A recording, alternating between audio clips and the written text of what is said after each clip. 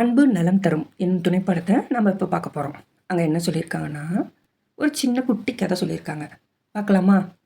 மணியின் வீட்டில் அழகிய தோட்டம் ஒன்று இருந்தது.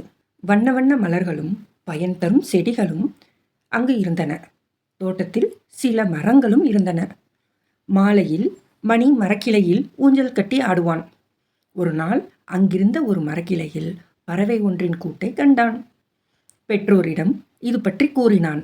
அவன் தந்தை, ஆமாம் மணி, நான் நேற்றே பார்த்து விட்டேன். 2 பறவை குஞ்சுகள் இருக்கின்றன.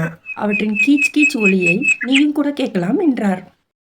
அப்பா, தாய் பறவை இல்லாத நேரத்தில் நான் அந்த பறவை குஞ்சுகளை எடுக்கட்டுமா என்றான் மணி. உடனே அவன் அப்பா, அப்படியெல்லாம் செய்யக்கூடாது. அது பறவை குஞ்சுகளுக்கும் பாதுகாப்பு அல்ல என்று கூறினார். சரி சரி என்று தலையாட்டிக் கொண்டே விளையாட சென்றான் மணி.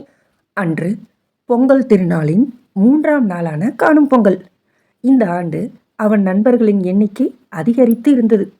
பொங்கல் விழாவுக்கு பல நண்பர்களை அழைத்திருந்தான். நண்பர்கள் வந்தனர். தோட்டத்தில் விளையாடினர். சிலர் அங்கிருந்த பூக்களை பறித்து கீழே போட்டனர். சிலர் இலைகளை சுருட்டி ஊதல் செய்து ஊதினர். ஊஞ்சலில் ஏறியும் இறங்கியும் விளையாடினர்.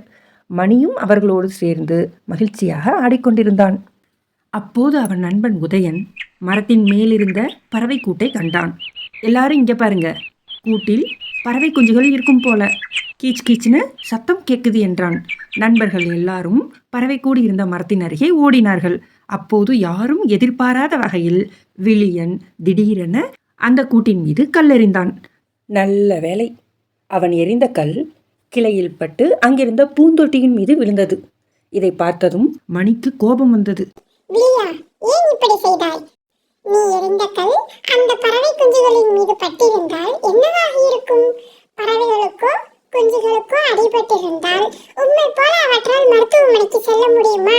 கோபத்துடன் கேட்டான் மணி. தன்னுடைய செயலை எண்ணி வருந்தினான் விழியன். மணி, நான் அறியாமல் செய்துவிட்டேன், இனி இப்படி செய்ய மாட்டேன் என்று வருத்தத்துடன் கூறினான். அதை கேட்ட மற்ற நண்பர்கள், அவன்தான் தவற்றை திருத்திக் கொண்டானே, விடுடா என்றனர். பறவை குஞ்சுகளின் கீச் கீச் ஒலி கேட்டது. பறவைகள் உயிர் தப்பிய மகிழ்ச்சியில் புன்னகையுடன் வீட்டுக்கு சென்றான். இப்போது கேள்வி நேரம். மணி மரக்கிளையில் எதனை கண்டான்? மரக்கிளையில் பறவை ஒன்றின் கூட்டை கண்டான். மணியின் நண்பர்கள் தோட்டத்தில் என்னென்ன செய்தனர்? சிலர் அங்கிருந்த பூக்களை பறித்து கீழே போட்டனர். சிலர் இலையை சுருட்டி ஊதல் செய்து ஊதினர். ஊஞ்சலில் ஏறியும் இறங்கியும் விளையாடினர்.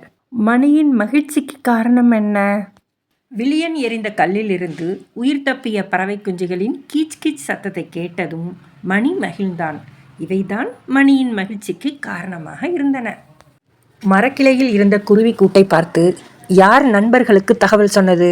3, 2, 1. உதயன். மரத்தில் இருந்த குருவி கூட்டின் மீது கல்லெறிந்த சிறுவன் யார்? 3, 2, 1. விழியன். அந்த குருவி கூட்டில் எத்தனை குருவி குஞ்சுகள் இருந்தன? 3, 2, 1. 2. விழியா, ஏன் இப்படி செய்தாய் என்று யார் விழியனிடம் கேட்டது? 3, 2, 1. மணி.